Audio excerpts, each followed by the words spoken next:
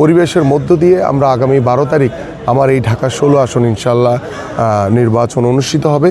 যদি কেউ এই পরিবেশকে অস্থিতিশীল করতে চায়, কেউ যদি কোনো বিশৃঙ্খলা করতে চায়, আমি আমার দল এবং আমাদের আইনশৃঙ্খলা বাহিনী আমরা দৃঢ় হাতে সেটা দমন করার চেষ্টা করব। কারণ আমরা কোনোভাবেই কোনো অন্যায়কারীকে, কোনো বিশৃঙ্খলাকারীকে প্রশ্রয় দিব না, সে যেই হোক না কেন। ভাই, একটা বিষয় যে গতদিন জামায়াতুল অলি আহমেদ স্বাধীনতার ঘোষক, সেটা আপনি কি মনে করেন? দেখেন, ক্ষমতার মোহে পড়ে তারা পাগল হয়ে গেছে, তারা ক্ষমতার স্বপ্নে বিভোর হয়ে পাগল হয়ে গেছে। যেটা প্রুভেন বাংলাদেশের ইতিহাসে যে আমাদের শহীদ রাষ্ট্রপতি জিয়াউর রহমান তিনি স্বাধীনতার ঘোষণা দিয়েছেন। হঠাৎ করে তিনি একটি রাজনৈতিক বিতর্ক তৈরি করার জন্য তিনি এই ধরনের মিথ্যাচার, অপপ্রচার, এটা আসলে একজন রাজনীতিবিদের কোনো শিষ্টাচারের ভিতরে পড়ে না।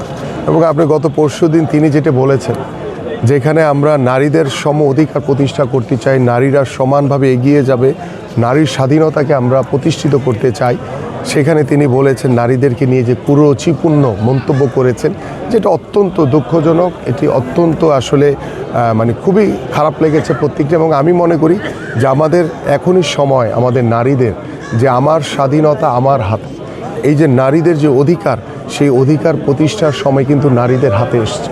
সো আমি বিশ্বাস করি যে আমরা প্রত্যেকেরই দায়িত্ব হচ্ছে যে আমরা আমাদের এই সমাজকে সম অধিকারে প্রতিষ্ঠা করা, সমানভাবে যাতে নারী পুরুষ সকলেই যাতে এই সমাজের কন্ট্রিবিউশনের মাধ্যমে আমরা যাতে আমাদের একটি সুন্দর বাংলাদেশ, একটি শান্তিপূর্ণ, একটি মানবিক বাংলাদেশ আমরা গড়ে তুলতে পারি।